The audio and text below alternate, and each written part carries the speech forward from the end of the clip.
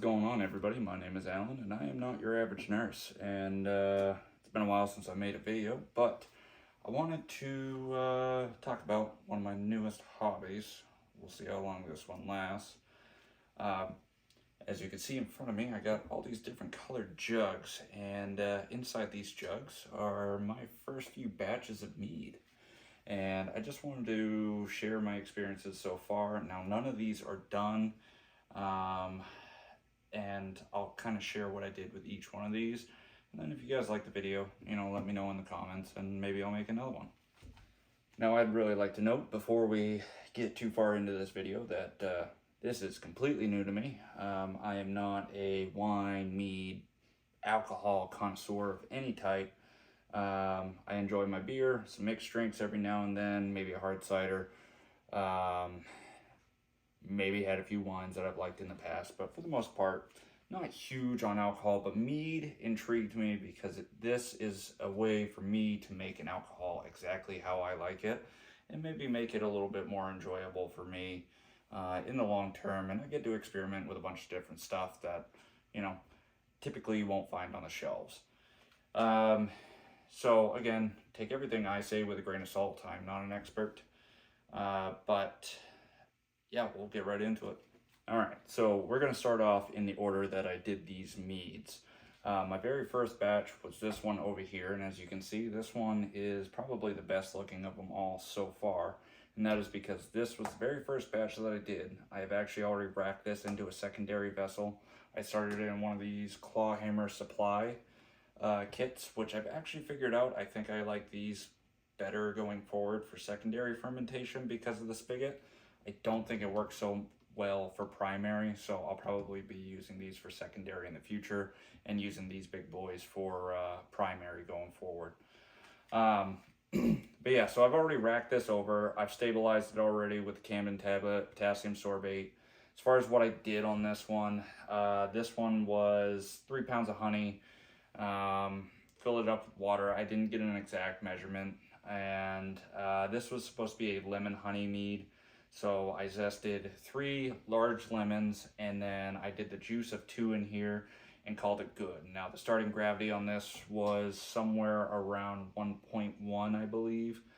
And it fermented almost dry. It was just above 1. When I stabilized it, I wanted to keep some of that sweetness. I figured instead of back sweetening it, that would probably be the way to go. So I stabilized it, and then I actually went away this past weekend, and while I was away, I actually put this in my fridge, cold crashed it, and then when I got home, I racked it over to this new vessel, and then added a few flavors to it. So I added just a little bit of water with some vanilla extract, and I put a black tea bag in here and let that sit for about 24 hours, and then I added a little bit more lemon juice to get the flavor that I want. Now this is still this tastes very much like a cheap white wine, I guess. Again, I'm not a connoisseur, but that would be how I would describe it, with a hint of lemon on it. And I'm hoping as this ages that it'll get better. Overall, I don't actually mind it all that much right now, but I would like to have those flavors improved on it going forward. So I'm gonna let it sit in this vessel for a little while anyways, probably about a week. And then I'm gonna cold crash this, and then I'm gonna bottle it. I was gonna back sweeten it, but I don't think that's actually necessary. Like I said, I kind of like it where it's at. I think it's in a good spot. So yeah, I'm probably gonna cold crash this again in a couple more days, and then I will rack this into bottles, and then I have some smaller bottles that I'm gonna have on hand, so that way I can kind of test this, and then I'm gonna have some larger bottles that I'm gonna put off to the side, and I'm gonna let those age. And then, the smaller ones, I can kind of see when it's good to drink the other ones, the bigger ones. That way I'm not opening the bigger bottles up and exposing them to oxygen and all that stuff. I would like to note that this one, I did not actually have any sanitizer when I started this, so yeah, it it was kind of a gamble, but I ended up kind of committing to starting a batch that day, and I couldn't find the sanitizer I needed, so I just washed it really well and gave it a shot. And yeah, so far it hasn't turned into vinegar, so that's been good. I will say I use K1V 1116, I think that's the yeast. It's the yeast that comes in the Golden Hive Mead kit, but apparently that's a pretty good yeast to use. It seemed to work all right. I did step feed this with 1.5 grams of Fermented O over the first 3 days in order to get the fermentation going well, and I do think that that worked out better than adding it all in all at once, and that is because of this batch. Now we're going to move over to the second batch here, and this is actually the batch that, this is the recipe that made me really want to try making mead myself. Now I love blueberries. I live in Maine, so we have wild Maine blueberries. These are not wild Maine blueberries. These were just frozen, just bought them from the store. But I wanted to try making a blueberry maple mead.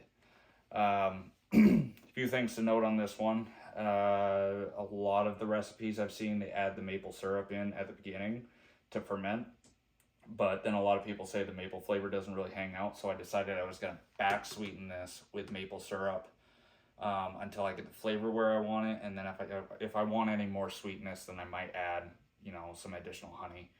Now this one I started about 3 or 4 days after I did this one. Kind of got excited. I have ADHD, so just letting one batch sit for a couple months before I get to drink it just didn't sit right with me. So yeah, I quickly started this batch again with one of these Golden Hive Mead kits. Now this one I did 3 pounds of blueberries, again frozen, dumped them out, mashed them up, and then I did 3 pounds of honey, and again filled this up with water and did the same yeast, so the K1V 1116, and I did 4.5 grams of Fermented O all at the beginning. And the reason why I'm saying step feeding I think works better is because this one fermented really vigorously right off the bat, but it's definitely slowed down quite a bit. I actually just took a gravity reading, and I think it's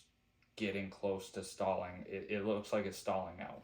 So we're going to wait a few days, and I'm going to check the gravity reading again and see if this is the same. Now this one actually I think was a little bit above 1.1, but I didn't take the most accurate gravity reading when I started. But I'm suspecting this one, if it ferments dry, will get down to about 14% ABV. I tasted it. This just tastes like a red wine. I don't really get any blueberry flavor, and maybe this just, it'll take time to age and kind of develop those additional flavors that I want out of it. Again, I'm new to all this, so I have no idea.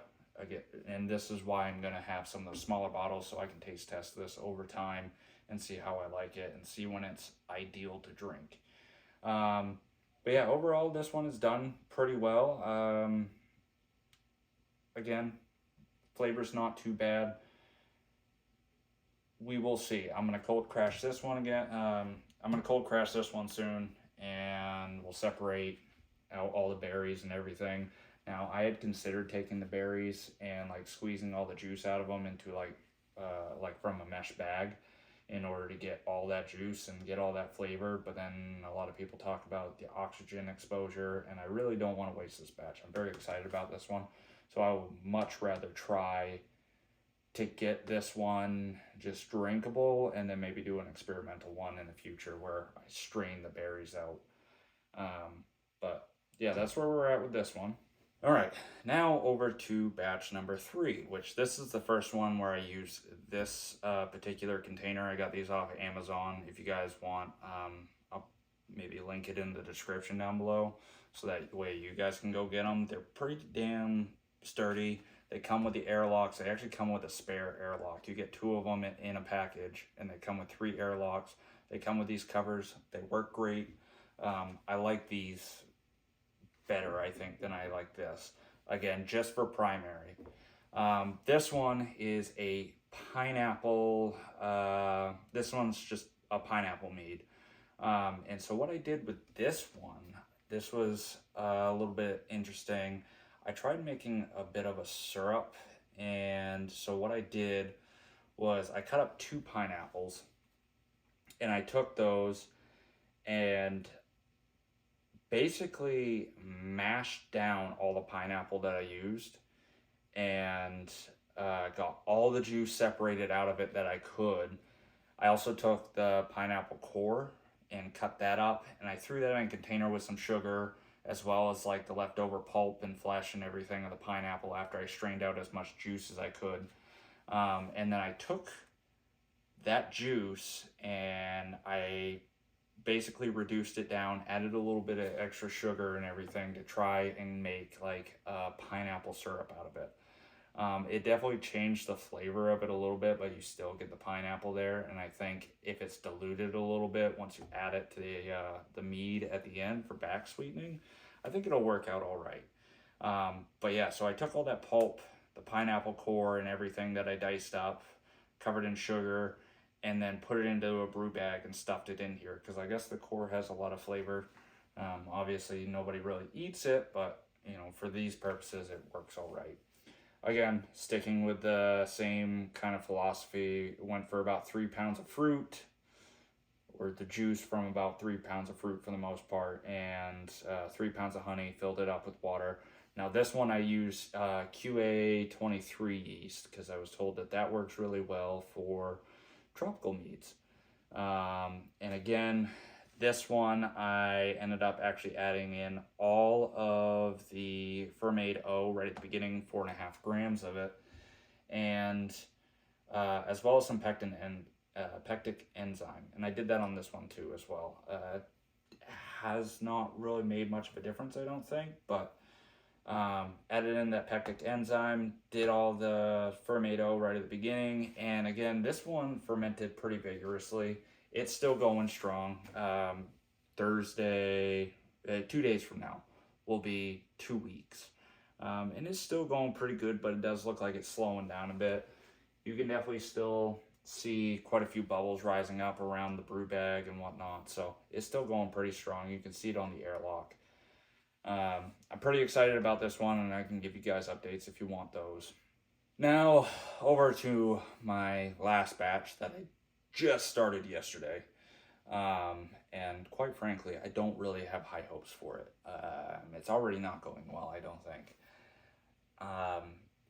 Maybe some of you can tell just based on the color, but this is a watermelon mead. Watermelon alcohol, if done right, tastes really good. I like it. I want to try to make my own. So what I did with this mead was 3 pounds of honey plus 1.5 watermelons. I took all the insides out of them, cut it up, put it in a pot, mashed it down, got as much juice out of it as I could. Just separate it out, just mashing it up, and then basically just straining it out. And then from there, I took that juice, put it into some mason jars, set it off to the side, and then I took the rest of the fruit, put it into a mesh bag, strained all the juice out of it that I could, and then I put it into a pot and boiled it down again, trying to make more of a concentrated syrup. Now that syrup quickly started to smell more like a watermelon rind than actual watermelon. It still tastes all right, but another thing that I noticed is that the red color, must be some suspended particles in there, that completely separated out, and it's all in one jar, but it is it continues to separate out, and so you get like this really concentrated watermelon flavored like water on the top, and the rest of the like particulate down at the bottom. I don't know how that tastes. I'm gonna go out on a limb and say that that is probably what's making it smell funky, is that particulate, but I don't really know. So I separated the syrup off to the side, put that in the fridge, and we're gonna hold on to that until this batch is done fermenting, and we're gonna back sweeten with that ideally. I took the 2 mason jars full of watermelon juice, added them to this, plus a plus 3 pounds of honey, approximately. And this one I did the 7-1B yeast. And I am step feeding this, so I actually just step fed it for the second time today. So another 1.5 grams of fermentation. Plus I added a little bit of pectic enzyme to this to hopefully help this clear up as well. And yeah, we're gonna see where it goes. I will say it already smells a little weird. It smells more like tomato juice than anything else. And again, maybe this is just one that's gonna have to age for a long time before it tastes okay. It is fermenting very vigorously, and it's actually kicked up quite a bit since I added that second dose of fermentation. So we'll see how that goes. Now this one came out to, I think this was just under 1.1 for the starting gravity, and I don't think I said it on this one. This one was my highest starting gravity at like 1.118 maybe. It was pretty high. This one somewhere is going to be somewhere around a 15% ABV if it ferments dry. This one's going to be closer to like 12%, I think, if my memory serves me correctly. So yeah, that is the start to my mead making journey, and we'll see where it goes. Again, these two have me pretty optimistic. They don't taste awful. Like, they're not terrible. They're not exactly what I thought they would be at this point, but again, maybe they'll just require more time to age, and maybe the flavors that I want will come out a little bit more. I plan to age this one with some cinnamon, and again, back sweeten with some pure maple syrup that we got up here. And I think that'll probably make this taste pretty damn good. I'm pretty excited about this one. Again, if it takes some time to age, that's fine. This one I'm also pretty excited about. I was stationed in Okinawa, Japan, and they had this pineapple wine over there, and I really enjoyed that. So when I started looking into pineapple mead, I got really excited. So this one I'm pretty stoked about. We'll see what happens with the watermelon one. Again, I don't have high hopes. I know it's a very difficult fruit to ferment and get the right flavors out of, or even get a drinkable flavor out of. So we'll see what happens. If you guys like this video, feel free to leave a like, add a comment, let me know what you think. If you're curious about anything that I've been using, specifically these containers, you know, or if I decide to make future videos and you guys want to know the stuff that I'm using in my mead making process, feel free to let me know, and I'll add it down in the comments. But otherwise, I appreciate you guys watching, and I will see you on the next video.